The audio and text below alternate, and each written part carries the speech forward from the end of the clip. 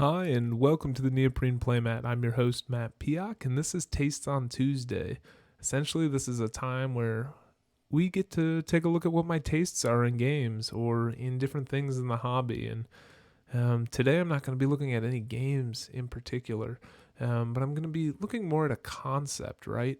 Kickstarter or retail? What do I like better? What better fits my taste? And as I was looking into this, I want to see all sides of the argument before I make a choice. Is it Kickstarter? Is it retail? What do I want to go with? And so I try and break down the arguments best as possible. Before going into that, I just want to give you a brief history of kind of the types of purchasing I've done in the past. So for me personally, I've always been one more in the retail market. When COVID hit, Kickstarter all of a sudden became more popular. There were less games going into stores, and I wasn't going into stores as much. In addition, I just wasn't really looking at all the online retailers as much. But Kickstarter was kind of this community that was coming together around board games to make things happen and seemed exciting. So that's really when I started to invest in Kickstarter and back a lot of different Kickstarters. So I've been in the board game scene a long time, since 2012. Up until March of this year, though, I had probably only backed 2 or 3 projects on Kickstarter. And right now I'm sitting at somewhere around 26 projects or something like that. So the scope of my backing has definitely increased. And so I just want to put that context out there before I go into this. And this is something I've been thinking a lot about recently. As you guys know, I have the Spend My Money segment where I am constantly looking at how I should spend my $100. I don't have an unlimited budget, and so that is certainly going to play a role in this conversation. For those of you with larger budgets, you may not come to the same conclusions as I do. But let's start off from the top. Let's start with Kickstarter. I'm going to go through all the pros, go through all the cons, and then I'm going to hop over to retail and do the same thing there. So let's get started. All right, Kickstarter, first off, is an amazing marketing machine. I believe it was Stephen Bonacore on Board Game Insider podcast was talking about how a game that is successfully funded on Kickstarter tends to do about 25% better when it hits shelves in the retail market. And that's because you generate a whole community around a game. You get people involved in the updates. You get people involved in the production process. Even if it's just asking a simple survey question or things of that nature, people feel ownership over the product, right? The reason it's coming out is because they put money toward the project, and so it was a design they wanted to see come to life. Naturally, you're going to have more ownership, which is going to be better for marketing, because marketing is ultimately about getting the consumer to want the item. And if you have ownership over an item, well, guess what?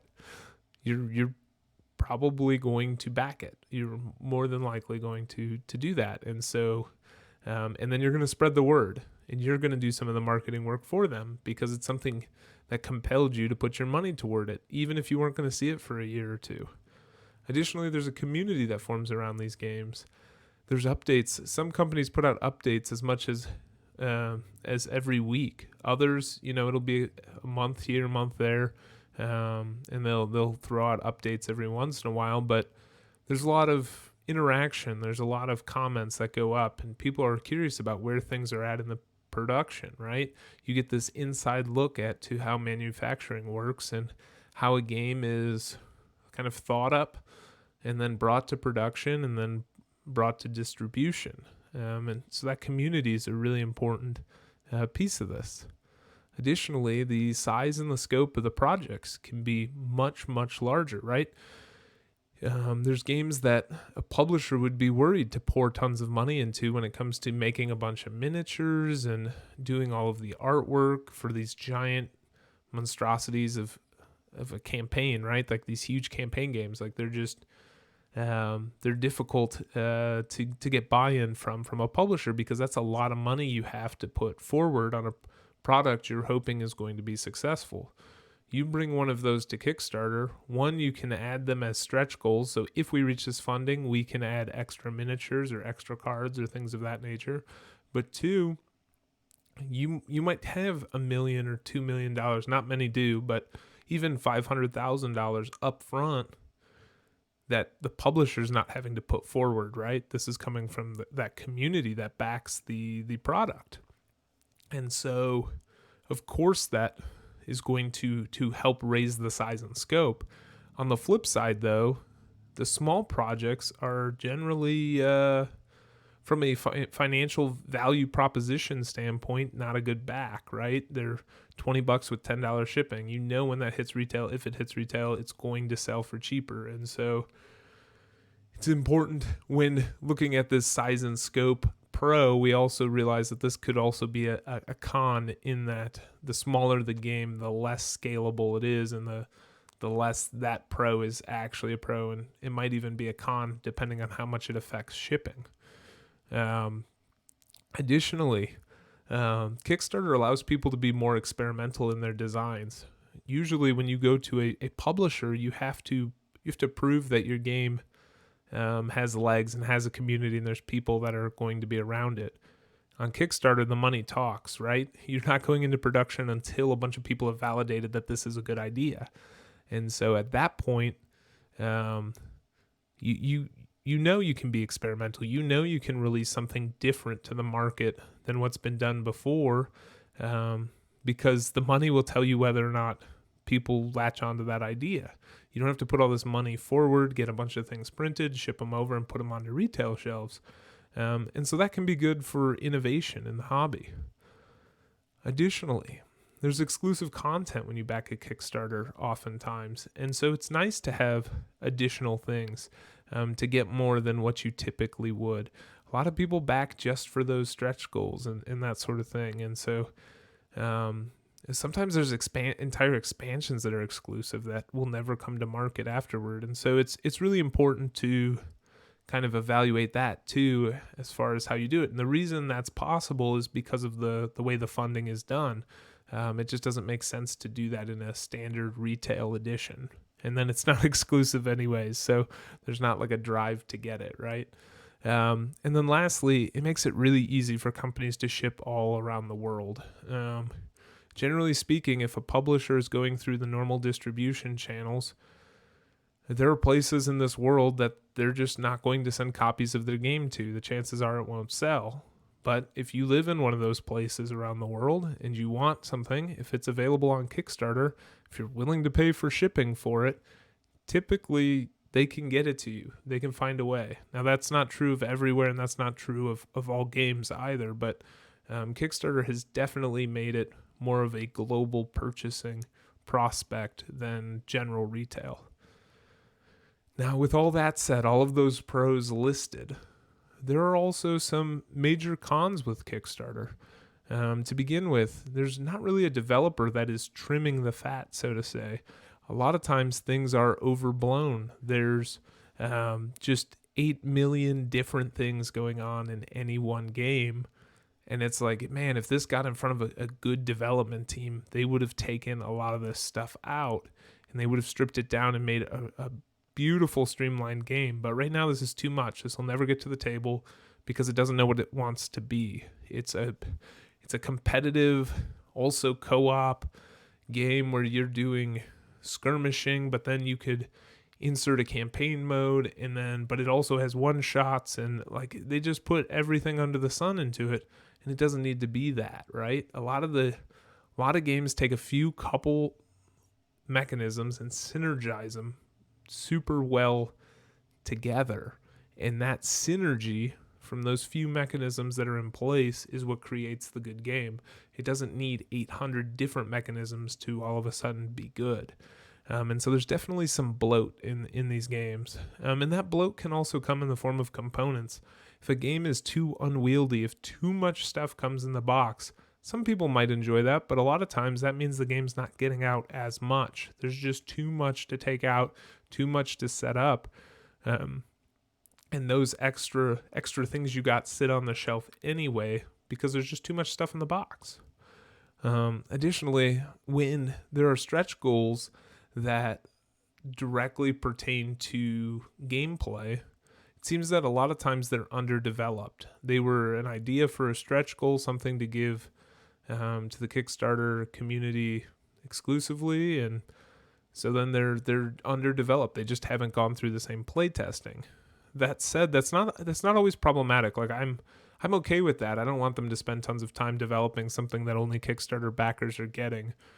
But it just it can be frustrating when you're getting an expansion and then you get the expansion and it feels like it doesn't work or it's not cohesive with the rest of the game unless you know that that's what it's supposed to be. I want to say it was in the Biblios Roll and Write campaign that there were stretch goals that the designer was going to design with the community. That's a totally different thing. That's like, sweet, we're going to participate. This is going to be fun.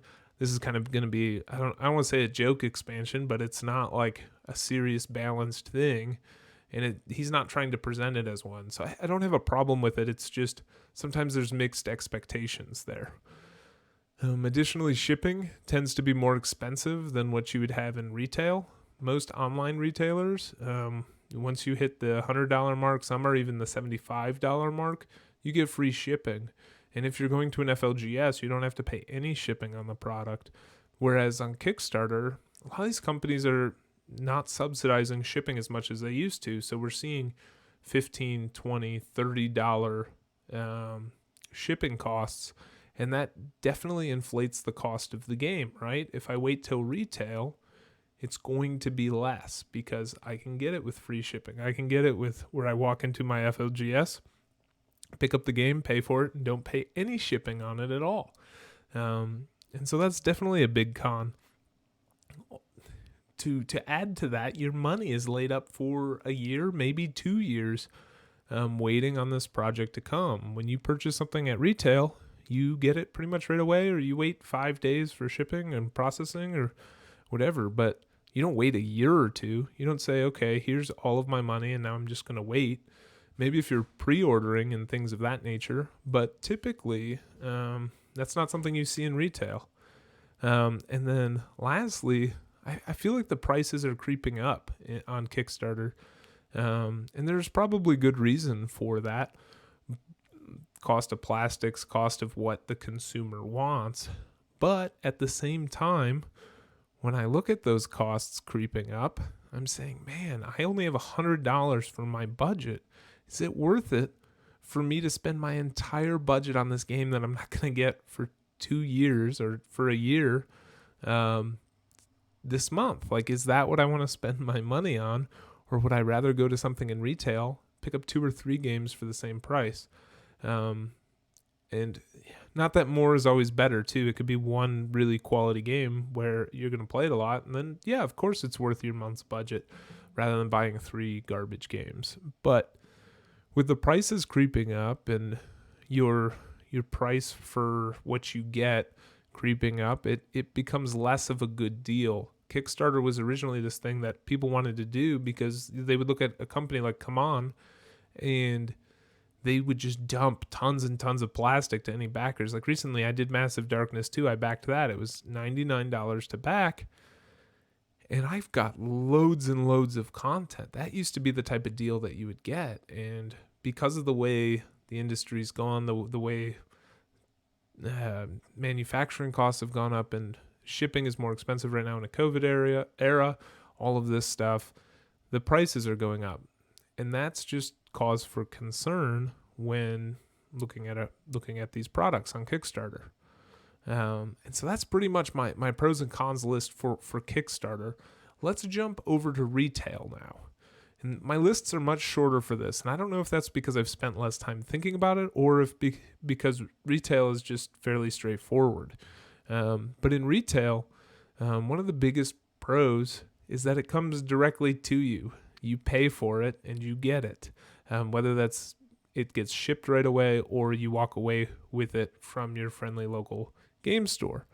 You don't have to wait a year. You don't have to wait for the production. That does take away from kind of the hype and the community around the game, but it means you're playing games a lot quicker. And for me, that's what the hobby's about. Some people get caught up in the community and the updates and what's going on with these campaigns, and they have a really good time following that, and that's almost a big part of their hobby. And if that's you, that's awesome. That's great. That isn't me. I'm about getting games to the table when I can, and so getting the game faster is always a big deal to me. Additionally, these games are fairly inexpensive when you go to retail. Usually, you can pick up a game for a really, really good game for $50, and that's with no shipping. Like, it just doesn't happen on Kickstarter. You're in $60-$70 usually when you back anything on Kickstarter, unless you go for a small card game, which for the most part you'll be able to get afterwards in retail for much, much cheaper. And so the fact that you can walk into a store and they're filled with great games at that $50 price point, that means your money is going to go a lot further. Additionally, I keep saying additionally. I need a new transition word. Anyway, terrible segue, terrible transition. Moving on.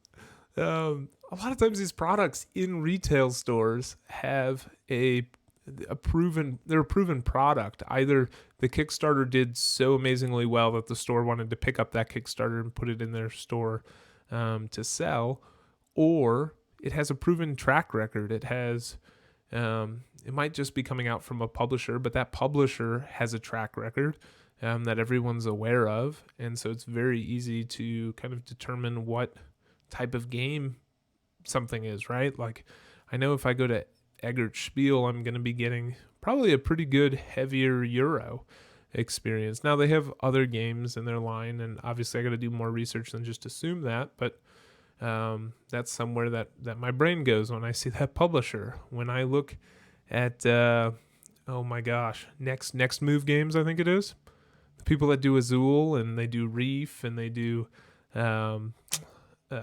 Spice Road, all of those games, like, I know it's going to be a kind of a lightweight family game, right? Something, or light middle, like they're all thinkier than they look on the they're all thinkier than like the rule set is, right? But you have an idea of what that product is, and it's probably going to have some sort of track record before it gets onto a shelf in a retailer or onto a web-based retailer. Whereas Kickstarter, a lot of times these are first-time created projects. You have no idea if you can trust the individual or not. You don't know kind of what their investment level is, and hopefully they're doing updates and they're making everybody feel comfortable throughout the process. But yeah, that's a huge piece of it.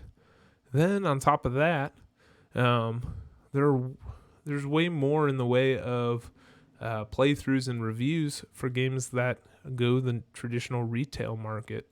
There's games that have come out in 2016 that I can just go onto one of my board game forums and say, hey guys, saw this in a store, looked interesting, what are your thoughts? And within minutes, I can probably get 20 people telling me what they think, if it's a good game, if I should buy it, why I should buy it, all of these different things. Whereas with a Kickstarter, you're going off a hunch and a few playthroughs that are posted up, some of which are paid previews, so you can't really trust their opinion, and so you just have to make the decision for yourself. And you're usually putting up more money and taking a larger risk, and that money is going to be held up for a few years. And so with a published game, you're going to be able to go to a bunch of different reviewers and see exactly what you'll be getting. And that's exciting. As for the cons in retail, they're not as deluxe. They don't have all the exclusive stuff. They're sometimes the component quality lacks what expectations are. I will say publishers are continuing to get better and better as the market kind of directs more toward Kickstarter and people continue to say, hey, these are the things we want in our games. But with that said, you're just not going to get as deluxe of a game. The game quality might be way more deluxe, though. A lot of times the games that go through rigorous development in a publishing company come out on the other end much better. They might not be as shiny or as cool looking, but they've stood a lot of tests and have been able to really get worked over and milled over. and all the kinks kind of worked out. Now, that's not to say there are full-on publishers that use Kickstarter that go through the same development process for those Kickstarters as they do for the retail products, and that's a little bit of a different thing. But what I'm talking about is, in general, Kickstarters seem to get less development as a whole compared to games you would find on a retail shelf. Also, many games don't have the same hype. You hear about them maybe at a con, maybe through one of these digital cons, but within a month, like, people aren't talking about them. I mean, we just got out of Spiel Digital, and I can maybe name 10 to 12 games that looked interesting that came out at Spiel, whereas I can name right now probably 30 Kickstarter projects in the last 3 months that have looked good, right? The marketing just isn't as good for games that go to retail. There's not this month-long process of trying to decide if you want to buy it, and you'll miss out if you don't, right? And so that reduces the hype around any of those games. And I think on top of that, in a Kickstarter world, there's another like hype train that comes through when the package is delivered and dropped off, because you don't know exactly when you're going to get a game when you back it. And so when it comes, everybody's all excited, and people create unboxing videos, and people show pictures of their games coming in. Then there's playthroughs that go up really quick because people are just so excited. And so you miss that when you go direct to retail, and that can sometimes hurt a game.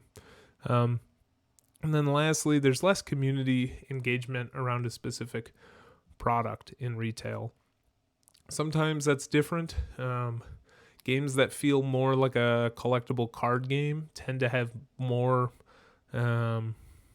buy-in from the customers, even if they bought at retail, than others, because they're looking for specific combos and all these different things about customizing decks and whatnot. And so it sometimes becomes more of a lifestyle game. Other lifestyle games are similar in that nature. But as a whole, there tends to be less engagement around the coming out of a product, the release of that product, and then how good that product is after it releases. And so those are kind of the major pros and cons of the retail market. And so as I look at both of these, and I continue to think, what do I want to put my money toward? When I think through it logically and rationally, I'm all on the side of retail. Retail just makes the most sense. It's a better price for what you get.